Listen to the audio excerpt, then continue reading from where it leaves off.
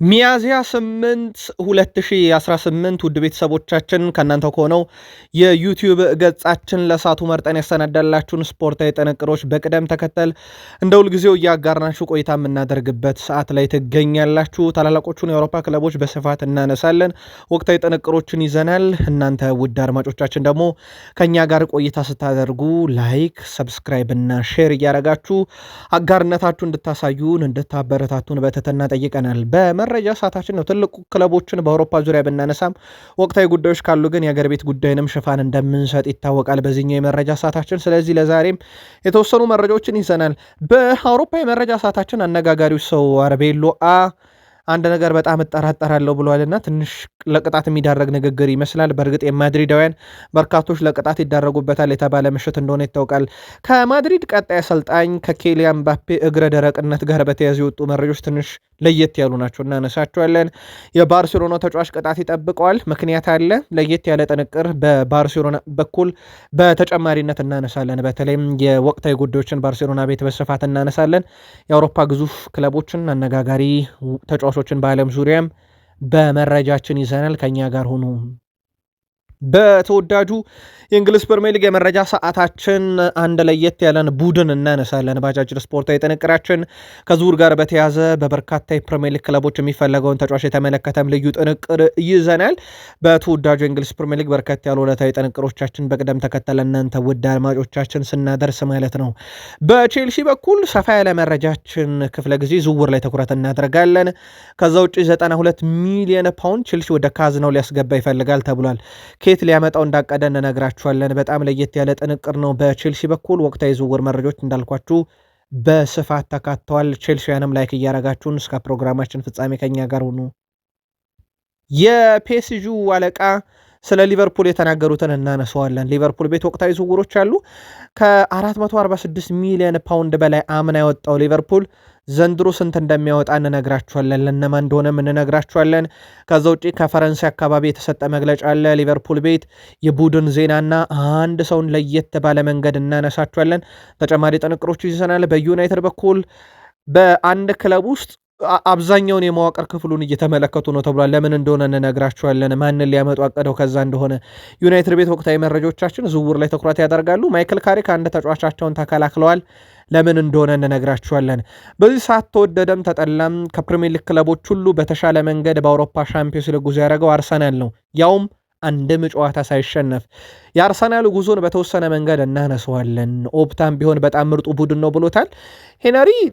ይህም ቡድን የተቸበት መንገድ በነገራችን ላይ በጣም በኔጌቲቭ መልኩ አይደለም፣ ብዙዎች እየተቀባበሉት ነው። ሄነሪ ክለቡን አርቴታን አንድ ጥያቄ ጠይቋል፣ ግን በመጥፎ ጎኑ አይደለም ሀሳቡን ያነሳው። እናጠራላችኋለን። ከዛ ውጭ አርሰናል ከ10 ዓመት በኋላ ነው እንደዚህ አይነት ነገር የገጠመው። ይቺን ነገር ማንሳት ግድ ስለሚለን እናነሳታለን። ሚኬል አርቴታ ብዙ ሀሳቦችን አንስቷል። የቡድን ዜና የሚዘናል በአርሰናል በኩል። ላይክ ካረጋችሁ ለእኛ በቂ ነው። ሀሳብ አስተያየት ካላችሁ የምታጋሩንም ክፍት ነው። የሀሳብ መስጫ ሳጥናችን ለጻፉልን። ሚያዝያ 8 2018 የመረጃ ሰዓታችን ተጀመረ። የኢትዮጵያ ከፍተኛ ሊግ ማጠቃለያ ጨዋታዎች በአዲስ አበባ እንዲደረጉ ተወስኗል።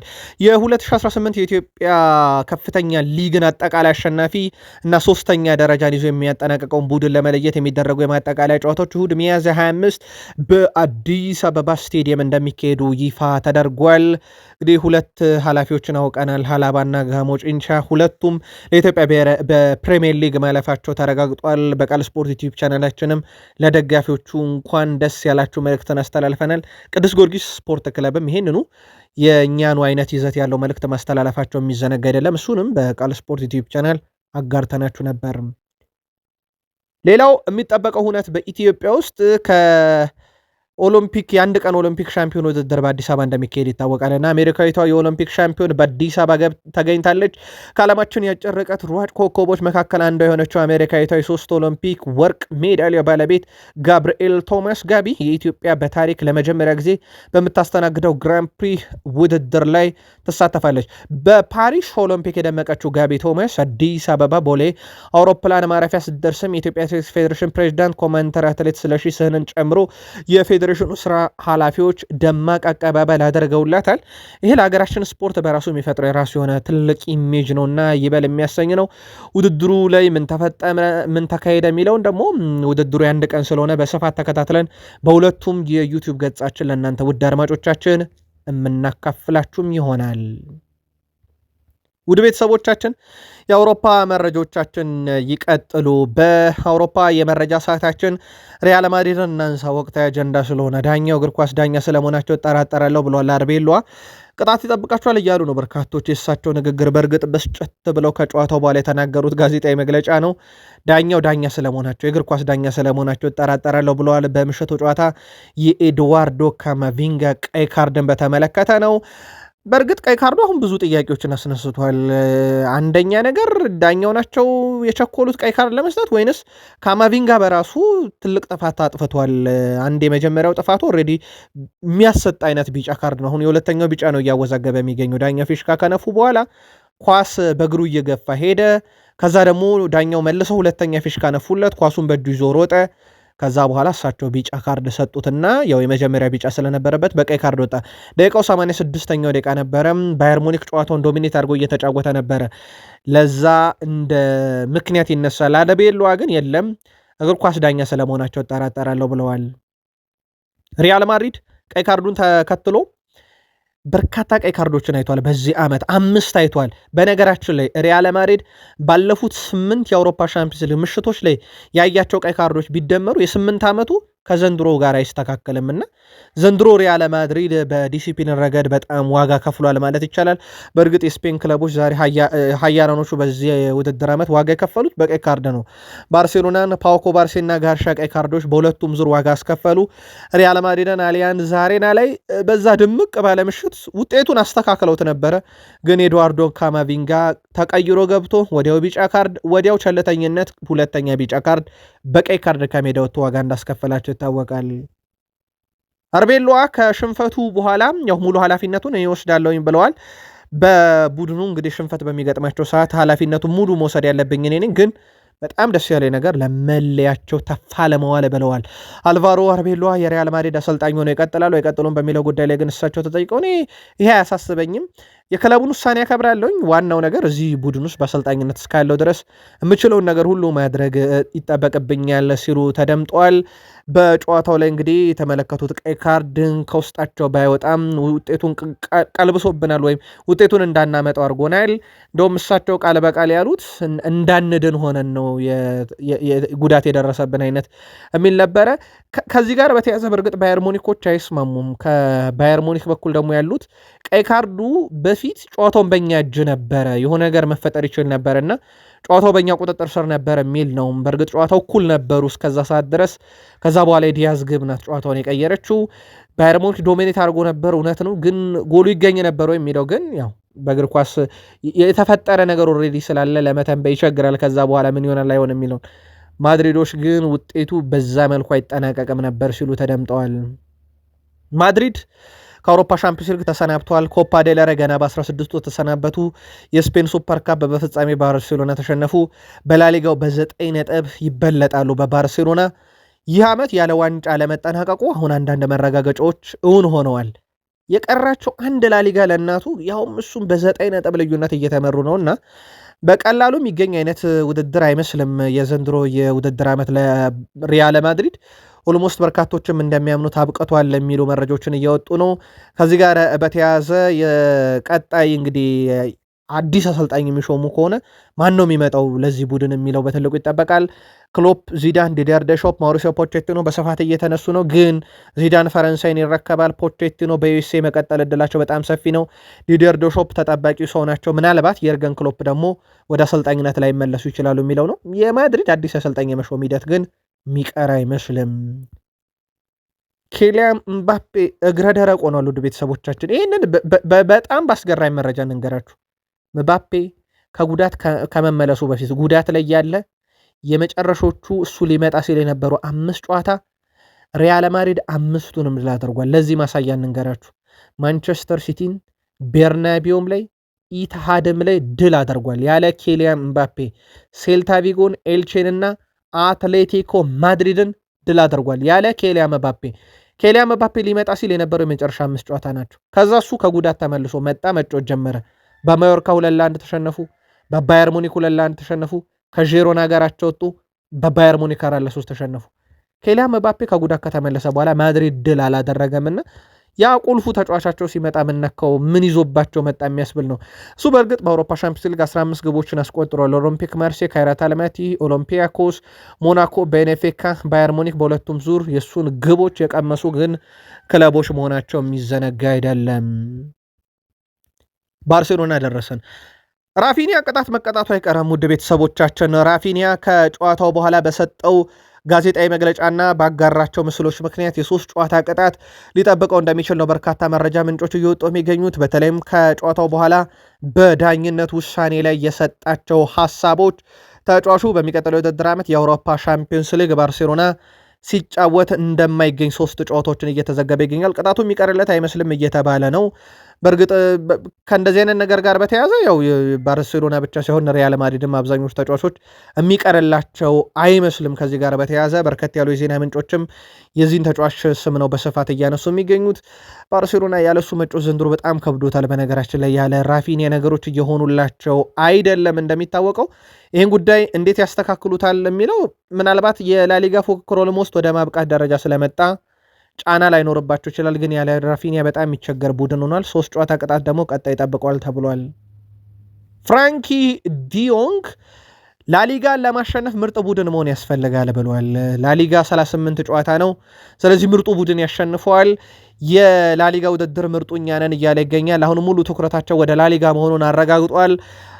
የባርሴሎና አሰልጣኝ ሃንሲ ፍሊክም ይሄን አረጋግጧል። በእርግጥ ምንም እድል የለም ከዚህ በኋላ ለባርሴሎና ለሪያል ማድሪድ ከላሊጋ ውጪ። ባርሴሎና የተሻለ የሚያደርገው ከሪያል ማድሪድ ላሊጋውን በ9 ነጥብ ልዩነት እየመራ መሆኑ ነው። ሱፐር ካፕን አንስቷል። ስለዚህ ሁለተኛ ዋንጫቸውን ለማንሳት ላሊጋው ብቸኛ አማራጫቸው ነው። በእርግጥ የሊግ ውድድሮችን ለማንሳት በጣም ምርጥ ቡድን እና ወጥነትን ይጠይቃል። 38 ጨዋታ ወጥ መሆን ይጠይቃል። በእርግጥ ሁሉም ጨዋታ ላይ ወጥ መሆን እንኳን ባይቻል አብዛኛው ላይ ግን ይጠይቃል እና ምርጡ ቡድን እኛ ስለሆነ ላሊጋውን እንወስደዋለን ሲል ተደምጧል። ፍራንኪ ዲዮንግ ከባርሴሎና በኩል ሲሜኔ ልንከበር ይገባል ማለታቸው ይታወቃል። በነገራችን ላይ በአውሮፓ ሻምፒዮንስ ሊግ ሀያላኖቹ ሪያል ማድሪድም በመድረኩ 15 ያውም የነገሰው ባርሴሎናም የሉም ተሰናብቷል። ብቸኛ ስፔንን ወክሎ በአውሮፓ ሻምፒዮንስ ሊግ የቀረው አትሌቲኮ ማድሪድ እንደሆነ ይታወቃል። የዲየጎ ሲሜኔ ቡድን ያውም ባርሴሎናን ረተው ነው በድምር ውጤት ግማሽ ፍጻሜ የደረሱት። እሳቸው ልንከበር ይገባል ሲሉ ባርሴሎናን 3 ያሸንፈናል በሩብ ፍጻሜ ያ እንዳይመስላችሁ እኔ የምመራው ቡድን ይላሉ ዲየጎ ሲሜኔ። የሜሲን ባርሴሎና ማሰናብቷል። አሁን ደግሞ የአልጋ ወራሹን ላሚን ያማልን አሰናብቷልና ክብር ይገባናል ብለዋል። ያው ባርሴሎና ኤክስፔክተድ ቡድን ስለነበረ ለጨዋታው ያልፋል ተብሎ ለአትሌቲኮ ማድሪድ ብዙ ክሬዲቱ አልተሰጠምና ክሬዲቱ ሊሰጠን ይገባል እያለ ነው ዲየጎ ሲሜኔ። ምን ትላላችሁ?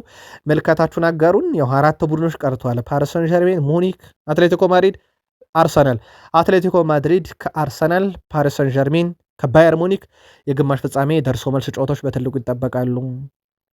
ባየር ሙኒክን እናንሳ። ሌላው የግማሽ ፍጻሜ ተፋላሚ ቡድን ይህ ቡድን ዘንድሮ ይሄ የቡንደስሊጋ ዋንጫ የጀርመን ዴፍፒ ፖካል ምናምን የሚመጠነው አይነት ቡድን አይመስልም።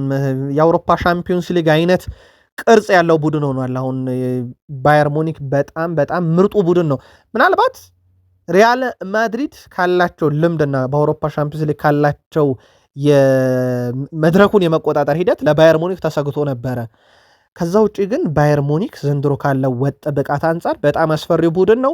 ሃሪኬን 56 የግብ አስተዋጽኦ፣ ኦሊሴ 43 የግብ አስተዋጽኦ፣ ዲያዝ 39 የግብ አስተዋጽኦ አላቸው። በነገራችን ለውድ ቤተሰቦቻችንና ይሄ በጣም አስፈሪ ያደርገዋል ጥምረታቸውን። በእርግጥ ዘንድሮ የቡንደስሊጋንም ሪካርድ ሰብሯል ይሄ ጥምረትና የአውሮፓ ሻምፒዮንስ ሊግ ቡድን አይመስልም ወይ? ባየር ሙኒክ ካቀሩት 4 ቡድኖች ውስጥ ቅድሚያ እናንተ ለማን ትሰጣላችሁ? ምናልባት ለገለልተኛ ደጋፊዎች እናንሰው። የአርሰናልም የፓሪስ ሰን ዠርሜንም የአትሌቲኮ ማድሪድ ደጋፊዎችም የራሳቸውን ክለብ ስለሚሰጡ የባየር ሙኒክን ግን እንዴት አያችሁት? መልከታችሁን ላኩልን። ባለፉት 46 ጨዋታ 2 ብቻ የተሸነፈ 4 ብቻ አቻ የወጣ ባለፉት 46 ጨዋታ በ6ቱ ጨዋታ ብቻ ነጥብ የጣለ በ40ው ጨዋታ ነጥብ ያገኘ ቡድን ውድ ቤተሰቦቻችን ባየር ሙኒክ ነውና ያለምንም ጥርጥር ይህ ቡድን አስፈሪ ነው ማለት ይቻላል።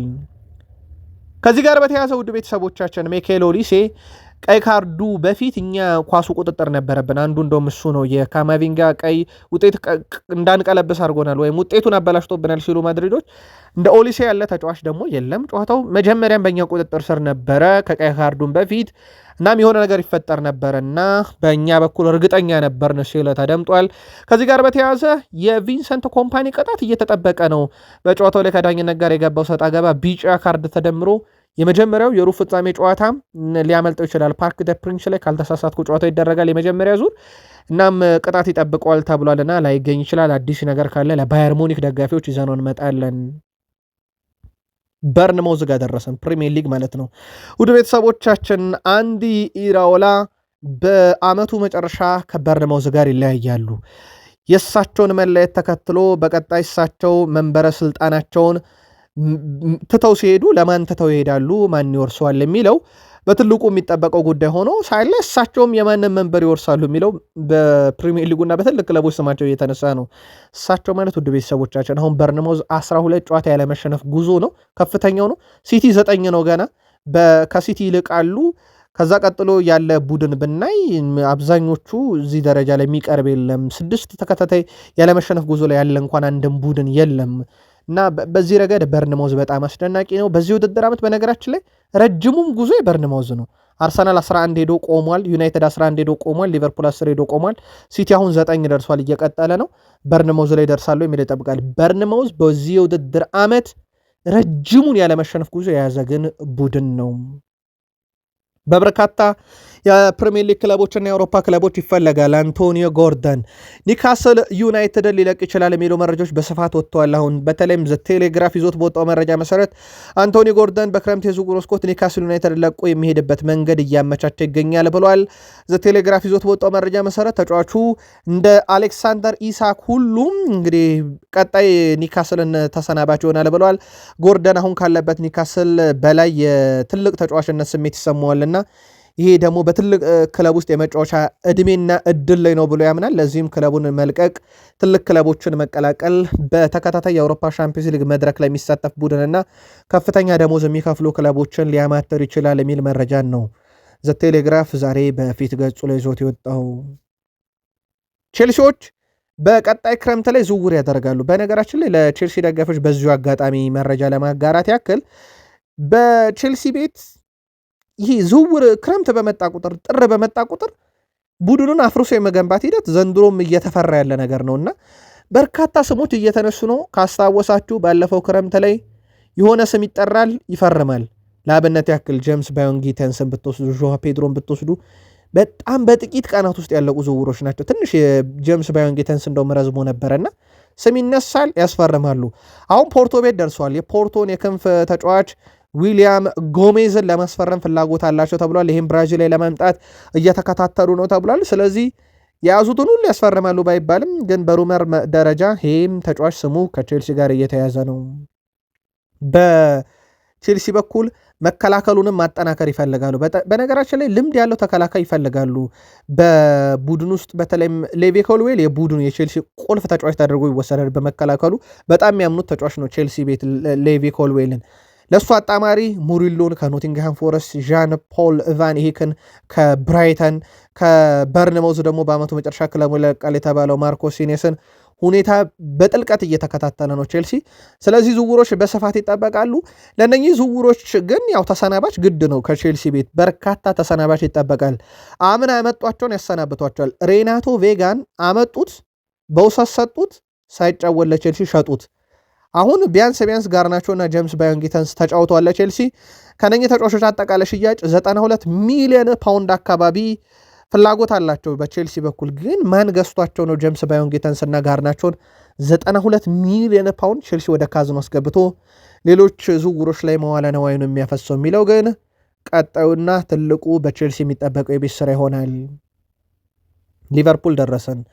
በሊቨርፑል በኩል ውድ ቤተሰቦቻችን ዝውውሮች ይደረጋሉ። ቀጣይ የውድድር ዓመት ራሳቸው ለማጠናከር እንደውም ስሎትን ከማሰናበት ዝውውር ከመፈጸም የሚል ትልቁ ውይይቶች በቦርዱ ነበረና አብዛኛው የቦርዱ አባላት አሁን ያመኑት ስሎትን ከማሰናበትና አሁን ገበያው ላይ ካሉ አሰልጣኞች አንጻር እሳቸውን አቆይቶ ቡድኑን ማጠናከር የሚለው አሁን ሚዛን የደፋ ሆኗልና የሊቨርፑል ደጋፊዎች አብዛኞቹ የቃል ስፖርት ዩቲዩብ ቻናል በዚህኛው ዩቲዩብ ገጻችን መረጃ ስናቀርብ አብዛኞቹ የስሎትን ስንብት የናፈቁ ናቸው። ግን አሁን ነገርየው እንደዛ አይመስልም። ምናልባት አዲስ ነገር ካልተፈጠረ ሊቨርፑል ይልቁንስ እንደ ጎርደን ያለ እንግሊዛዊ፣ እንደ ጀረድ ባውን ያለ እንግሊዛዊ፣ እንደ ሞርጋን ሮጀርስ ያለ እንግሊዛዊ ወደ ቡድኑ ማምጣት ይፈልጋልና እነኚህን ተጫዋቾች ለማምጣት ቢያንስ ከ446 ሚሊዮን ፓውንድ በላይ አምና ያወጣው ሊቨርፑል አሁንም ለዛ የቀረበ ገንዘብን ሊያወጣ ይችላል ተብሎ ይጠበቃል። ከሊቨርፑል ጋር በተያዘ ማርክ ሴኒንግስ በእርግጥ የሊቨርፑል ብቻ አይደለም የበርካታ ክለቦች ምርጫና አማራጭ ነው። እንዳልኳችሁ የቼልሲ ምርጫ ነው፣ የዩናይትድ ምርጫ ነው፣ በዝርዝራቸው ውስጥ አለ። ያው አሁን ባለው ሂደት ይሄኛው ክለብ የተሻለ ነው ለማለት ይከብዳል፣ የዝውውር መስኮቱ ስላልተከፈተ። ግን ወኪሉን በማሳመን ተጫዋቹን በማሳመን ሂደት ላይ በእጅ አዙርም ቢሆን ስራዎችን መስራታቸው አይቀርም። ሊቨርፑል ዝርዝር ውስጥም አለ እንደማለት ነው። በሊቨርፑል በኩል ምናልባት ልናነሳ የወደድ ነው ሉዊስ ኤንሪኬ በአውሮፓ ሻምፒዮንስ ሊግ በአንፊልድ የገጠሙት ሊቨርፑል በጣም ምርጥ መሆኑን ተናግረዋል። በተለይ ከረፍት በኋላ በጣም ምርጥ ነበሩ። ሁለተኛ አጋማሽ ላይ በጣም አስጨንቀው ነበረ። ጅማሮ ላይ ጫናም ፈጥረውብን ነበር። እርግጠኛ ነኝ ስሎት ይህንን ቡድን ያሻሽሉታል እያሉ ነው እሳቸው። ምናልባት እነኚህ የተጠቀሱ አይነት ዝውውሮች የሚፈጸሙ ከሆነ በሊቨርፑል በኩልስ ተስፋ አይኖርም ወይ? እናንተ ምልከታ እንዴት ያለ ነው? ጻፉልን። በሊቨርፑል በኩል የአሌክሲስ ማካሊስተር ምልከታ እንመልከት። አሌክሲስ ማካሊስተር በጣም ከበድ ያሉ ፈተናዎችን አስተናግደናል በዚህ ዓመት ብሏል። እውነቱን ከጠየከኝ ዓመቱ ሲጀመር ብዙ ነገር ጠብቄ ነበረ፣ በኋላ ላይ ግን የገጠመን ፈተና ቀላል የሚባል አይደለም፣ ነገሮች ባሰብናቸው ልክ አልሄዱም ብሏል። ዓመቱ ሲጀመር ካስታወሳችሁ ሊቨርፑል ተከታታይ ጨዋታ ድል፣ የፕሪሚየር ሊጉ ደረጃ ሰንጠረዥንም ለጥቂት ሳምንታት ቢሆን ከአናት አካባቢ የነበረበት በጣም የተሻለ ቡድን ነበረ እንደ አጠቃላይ እና ያ ቡድን በብዙ ተጠብቆ ነበረ። በኋላም ላይ በተለይ ከ10ኛ ሳምንት በኋላ ለቶትንሃም እና ለሊቨርፑል ሳምንታቱ ሁሉ መርዶ አይነት ውጤት የሚመዘገብበት ሊቨርፑል በወጥ ብቃት አልቀጥል ያለበት እንደነበረ ይታወቃልና አሌክሲስ ማካሊስተር ዓመቱ በጣም ነው የተፈተንበት ብሏል።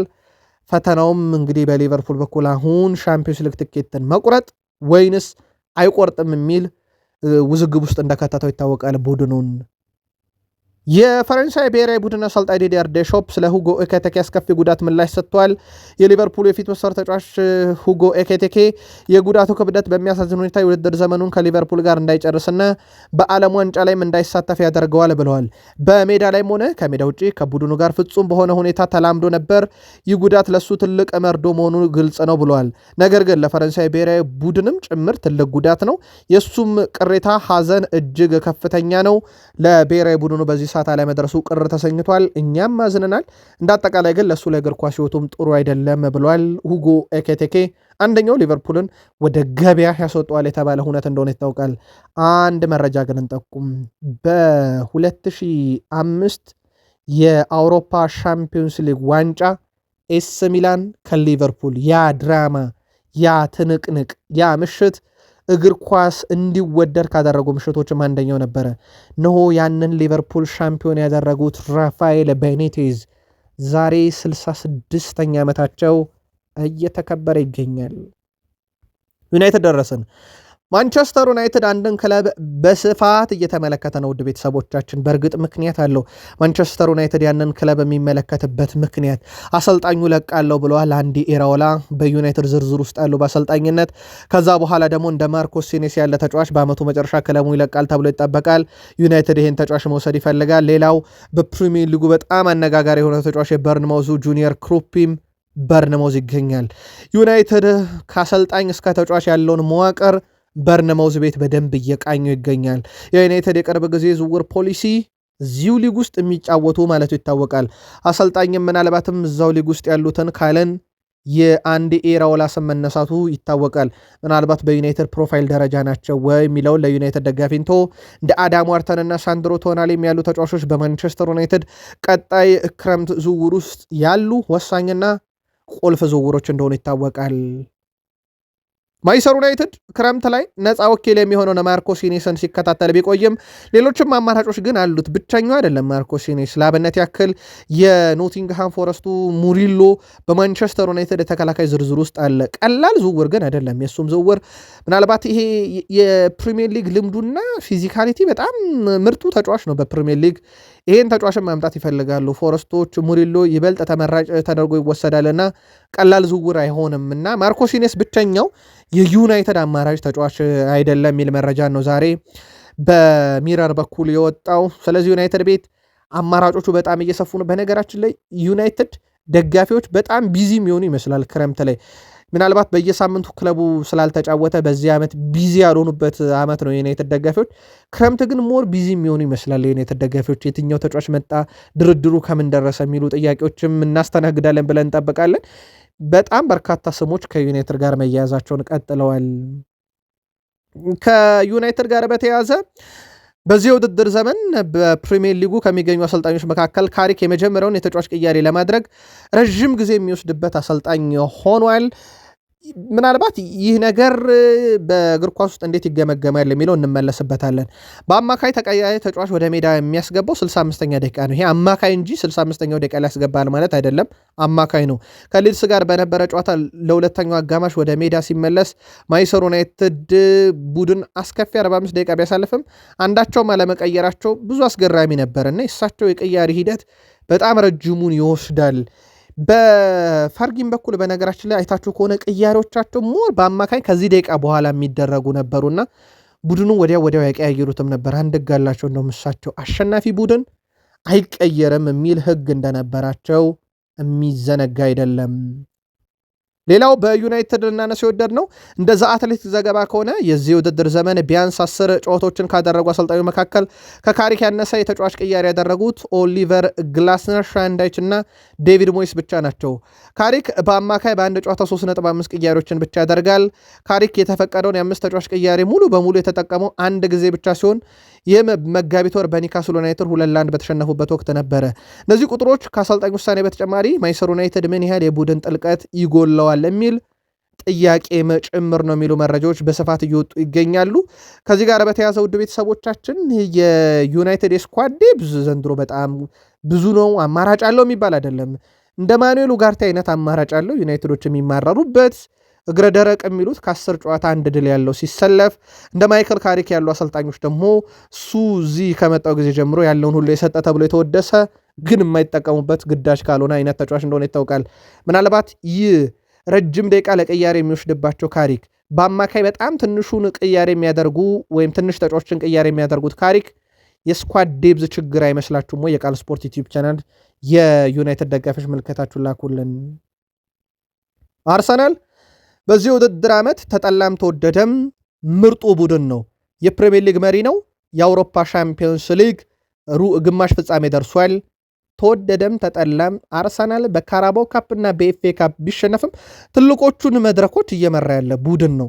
አሁን ትልቁ ጥያቄ ያ እንደ ልማዱ ዓመቱ ሊጠናቀቅ ሲል የሚንኮታኮተው አርሰናል አሁንም ሊንኮታኮት ፍንጭ ሰጥቷል። አሁን እነ ቴሪ ዳንኤል ኦነሪም እዚህ ጋር ነው ስጋት ያላቸው። የአርሰናል ደጋፊዎችም በዚህ ውድድር ዘመን በሻምፒዮንስ ሊጉ ትንሽ ግብ የተቆጠረው አርሰናል ነው፣ 5 ብቻ ነው። በዚህ ውድድር ዘመን በሻምፒዮንስ ሊጉ ዝቅተኛ የግብ ኤክስጂ የተመዘገበው አርሰናል ላይ ነው፣ 8.57። በዚህ ውድድር ዘመን በአውሮፓ ሻምፒዮንስ ሊግ ብዙ ጨዋታዎች ላይ ጎል ያልተቆጠረው አርሰናል ላይ ነው፣ 8። በዚህ ውድድር ዘመን በሻምፒዮንስ ሊጉ ጥቂት የጎል እድሎች የተፈጠሩት አርሰናል ላይ ነው፣ 14። በዚህ ውድድር ዘመን በሻምፒዮንስ ሊግ ጥቂት ኢላማውን የጠበቀ ሙከራ የተደረገበት አርሰናል ነው፣ 33። ተወደደም ተጠላም ምርጡ ቡድን ነው ሲባል በምክንያት ነው።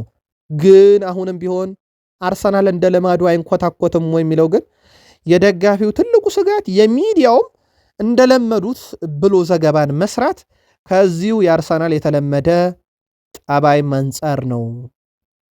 አርሰናል የአውሮፓ ሻምፒዮንስ ሊግ 12 ጨዋታዎችን አድርጓል። 10 ድል 2 አቻ 27 አስቆጠረ፣ 5 ተቆጠረበት፣ 8 ክሊንሺት። የአውሮፓ ሻምፒዮንስ ሊግ ላይ ምንም ሽንፈት ያልገጠመው ቡድን ነው። እነማንን ገጥሞ ካላችሁ ውድ ቤተሰቦቻችን ቤልባውን 2-0፣ ኦሎምፒያኮስን 2-0፣ አትሌቲኮ ማድሪድን 4-0፣ ስላቪያ ፕራን 3-0፣ ባየር ሙኒክን 3-1፣ ክለብ ብሩጅን 3-0፣ ኢንተር ሚላንን 3-1፣ ካይራት አለማቲን 3-2፣ ባየር ሌቨርኩሰን ጋር አንዳቻ፣ ሌቨርኩሰንን በመልሱ ጨዋታ 2-0፣ ስፖርቲንግ ሊዝበንን በመጀመሪያ ዙር ጨዋታ 1-0፣ በመልሱ ጨዋታ 0-0። ይሄ ሁላ አይነት ጥርት ያለ ውጤት አስመዝግቦ ነው አርሰናል ግማሽ ፍጻሜ የደረሰው። አርሰናል ከ12ቱ ድሉ በርከት ያለ፣ አቻው በሁለት ብቻ የተወሰነ፣ ሽንፈት ያልገጠመው ቡድን በአንድ አትሌቲኮ ማድሪድ የመቅረት እድሉ ምን ያህል ነው ትላላችሁ? የአትሌቲኮ ማድሪድ ቡድን 1-0 ብቻ የሚታለፍበትስ ነው ወይ? ባርሴሎናን እንዴት እንደጣለው ይታወቃል። አርሰናል እዚህ ደርሷል። እነ ቴሪ ዳንኤል ኦልሬዲ እዚህ የደረሰ ቡድናቸውን ምን ብለው ነው በሚዲያ ላይ መነጋገር የሆኑት የሚለውን ደግሞ ቀጥሎ እንመልከተው። ቴሪ ዳንኤል ኦልሬዲ በነገራችን ላይ መጥፎ ንግግር አልተናገረም የቀድሞ ክለቡን። ይሄ በትችት መልክም አይደለም ያለው። አርሰናል በቅርብ ሳምንታት ውስጥ የአቋም መዋዠቅ አሳይቷል። በተለይም በፕሪሚየር ሊጉ አርቴታ አምነዋለው፣ እንደውም ቃል በቃል ያለው አርቴታን አምነዋለው፣ ነገር ግን የተናገረውን ነገር ያሳየኝ የሚል ነገር ተናግሯል። ይሄንን ደግሞ የምፈልገው ኢትሃድ ላይ ነው። እንደውም ሚኬል አርቴታ ምንድን ነው ያሉት እሳቸው? አሁን እኛ በቃ ይሄ የተነሳሽነት ደረጃችን እሳት ሆነናል ነው ያሉት ሚኬል አርቴታ። አሁን እኛ እሳት ሆነናል፣ የተጋጋለ ስሜት ውስጥ ነን ሲሉ ያን የተጋጋለ ስሜት በሚዲያ ላይ ሳይሆን በሜዳ ላይ በኢታድ ስቴዲየም አሳዩን ያለው እንጂ ክለቡን በመተቸት ክለቡን በመንቀፍ ይሄ እንዳንዳንድ ሌጀንዶች የቀድሞ ክለቦቻቸውን ከፍ ዝቅ እንደሚያደርጉት አይነት ይዘት አይደለም። ይልቁንስ ሚኬል አርቴታ አምናሃለው የገባኸውን ቃል አሁን እሳት ለብሰን እሳት ጎርሰን ነው ያልከውን በሚዲያ ላይ እንዳልከው በሜዳም ላይ ኢታር ላይ ያሳየን ነው። በርካታ አርሰናል የተጠራጠሩት ጨዋታ በነገራችን ላይ ይሄ ኢታር ላይ የሚደረገውን ጨዋታ ነው። ሲቲ ማን እንደሆነ ለአርሰናል ደጋፊና ለሚኬል አርቴታ ማብራራት ጊዜ መፍጀት ነው። ያቁታል ምን እንደገጠማቸው እዚህ ሜዳ ላይ ምን ያህል ድል ለማድረግ እንደተቸገሩ ይታወቃል። የመጨረሻ ድላቸው በነገራችን ላይ 2015 ሚኬል አርቴታ ተጫዋች በነበሩ ሰዓት ነበረም። አርሰናልን እንደ ከዚህ ቀደሙ ያ ልክ ሲዝኖች ሊጠናቀቁ ሲሉ የሚጀምረው አባዜ ዘንድሮ ለመጀመሩ ማሳያ ፕሪሚየር ሊግ ላይ ይሄ በበርንማውዝ መሸነፉ እኮ አይደለም ውድ ቤተሰቦቻችን፣ የተሸነፈበት ሰዓቱ ነው የአርሰናልና የሚኬል አርቴታን ነገር አይ እንደ አምናና ካቻምን ያስባለባቸው። አንዱ ደግሞ ሌላ በጣም ትልቅ ጥያቄ ያስነሳባቸው የአውሮፓ ሻምፒዮንስ ሊግም ላይ ቢሆን እየተቀዛቀዙ መጥተዋል፣ ድሉ እንደተጠበቀ ቢሆን የሚል ለአብነት ያክል ስፖርቲንግ ሊዝበንን በድምር ውጤት 1-0 ነው ያሸነፉት። በአውሮፓ ሻምፒዮንስ ሊግ ታሪክ ባለፉት 10 ዓመታት እንዲህ አይነት ዝቅተኛ ውጤት አልተመዘገበም። ባለፉት 10 ዓመታት በሩብ ፍጻሜ በደርሶ መልስ ጨዋታ 1-0 የተጠናቀቀው ይህ ጨዋታ ብቻ ነው። በሩብ ፍጻሜ ነው ያልኳችሁ፣ በደርሶ መልስ 1-0።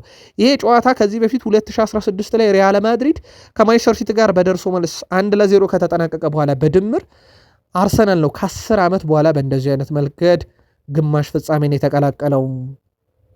ሚኬል አርቴታ ድንቅ ምሽት ነው። በክለቡ ውስጥ ባሉ ሁሉ እጅግ በጣም ኮርቻለሁ። ለደጋፊ ለቡድኑ ላሳዩ ድጋፍም ምስጋና ይድረሳቸው ብሏል። በ140 ዓመት ታሪካችን ውስጥ ለመጀመሪያ ጊዜ ለሁለት ተከታታይ ጊዜ ለግማሽ ፍጻሜ ደርሰናል።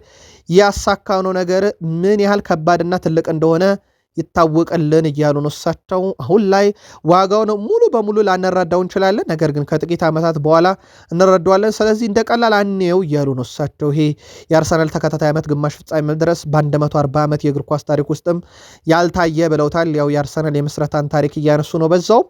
እናም ይሄንን ነገር በትልቁ ሊታይና ክሬዲትም ሊሰጠን ይገባል እና ሚዲያው ላይ እንደምንባለውም ቸልተኛም ሆነናል፣ ከሪትም ወጥተናል የሚባለውን አንቀበልም። ይሄ ከሪትም መውጣታችንን አያሳይም የ140 ዓመት ሪከርዳችን ሲሉ ተደምጠዋል። ከበርንሞዝ ጋር በነበረው ጨዋታ የደረሰባቸው ሽንፈት በኋላ ተጫዋቾች የወሰዱት ኃላፊነት በጣም ነው የወደድኩት ብለዋል። አንድ ላይ ተቀምጠው ጨዋታውን ተንትነው ስህተታቸውን አርመዋል። ስለዚህ ያለ እኔ ቁጭ ብሎ ያንን ጨዋታ ገምገመውታል ተጫዋቾቼ ብለዋል። የበርንሞዙን ሽንፈት ማለት ነው። ከዛ በኋላ እንግዲህ ስፖርቲንግ ሊዝበን ጋር 0-0 ወጥተዋል። አሁን ያ የገመገሙት ጨዋታ ምናልባት የሚያስፈልጋቸው በፕሪሚየር ሊግ ነበርና ሽንፈቱ ኢታር ላይ ይመስላል። ሪያል ማድሪድን አምና የጣለ ቡድን ነው። ዘንድሮ ስፖርቲንግ ሊዝበንን ጥሏል። አሁን በአውሮፓ ሻምፒዮንስ ሊግ የሚገጥመው አትሌቲኮ ማድሪድን ነው። ኦፕታ ፍጻሜ ላይ አርሰናል 64 በመቶ ይደርሳል አትሌቲኮን ጥሎ ሲል፣ አትሌቲኮ ደግሞ 36 በመቶ አርሰናልን ጥሎ ሊያልፍ ይችላል ብሏል። ምናልባት የአርሰናል ያጨዋወት ስታይል ፖሴሽን አለው፣ ግን እንደ ባርሳሎና በጣም ፈጣን ትራንዚሽን የለውም። ያ ለአትሌቲኮ ማድሪድ ላይመቻቸው ይችላል። ምክንያቱም አትሌቲኮ ማድሪዶች ባርሴሎና በፈጣን ትራንዚሽን ኳሱን እየተቀባበለ ስለሚወጣ ክፍት የሜዳ ከባርሴሎና ጀርባ ክፍት ሜዳዎች ይገኙ ነበር። በዛ ላይ ባርሴሎና በሃይላይን ነው የሚጫወተው። በዛ ፍጥነት ውስጥም ለአትሌቲኮ ማድሪድ ተመችቶ ነበር። አርሰናል እንደዛ አይነት ምቾት ለአትሌቲኮ ማድሪድ ይሰጣል ተብሎ አይጠበቅም። የጨዋታ ስታይላቸውም ፖሴሽን ቢበዛውም የአርሰናል ግን ለአትሌቲኮ ላይመች ይችላል። ምናልባት ግን ምን ሊፈጠር ይችላል የሚለውን ከ2 ሳምንት በኋላ እናያለን። ኦፕታ ግን ለአርሰናል ነው ቅድሚያውን የምሰጠው ብሏል። ሚኬል አርቴታ በዴክላን ራይስ ደስተኛ መሆናቸውን ተናግረዋል። ራይስ ወደ ግማሽ ፍጻሜ በድጋሚ ተመልሰናል እናም ብዙ መጓዝ እንችላለን ብሏል። ብስጭት ተሰምቷል ወይ? ፊት ልክ አይደለም ተብሎ ነበረ። በነገራችን ላይ ከጨዋታው በኋላ የምን ብስጭት? ማንም የሚያወራው ለእኛ ጉዳያችን አይደለም። ለእኛ ወሳኙ ነገር ራሳችንን ተጫዋቾቹና አሰልጣኞቹ ያለን አስተሳሰብ ነው። ምንም ብስጭት የለም ብሏል። አምበል ሆኗል። አርሰናልን በአምበልነት እየመራ ነው። ባለፉት 2 ጨዋታ ዴክላን ራይስ አምበል መሆኑ የእሳቸው ውሳኔ ሳይሆን ቡድኑ ተስማምቶ ያደረገው ነገር ነው ብሏል። ያው ኦዴጋርድ ዋናው አምበል የለም። በእርግጥ በገደምዳሜውም ቢሆን አምበል ካልሆነልን ሲሉ ለነበሩ ሰዎች እድሉ ለዴክላን ራይስ ተሰጥቷል። ቡካዮ ሳካም የለም፣ ጉዳት ላይ ነው። የሳካን የማዱኬን ጉዳት ጨምሮ ተጨማሪ መረጃዎችን ምሽት ተጨማሪ መረጃ በቃል ስፖርት ዩቲዩብ ቻናል ይዘን እንመጣለን። አበቃን።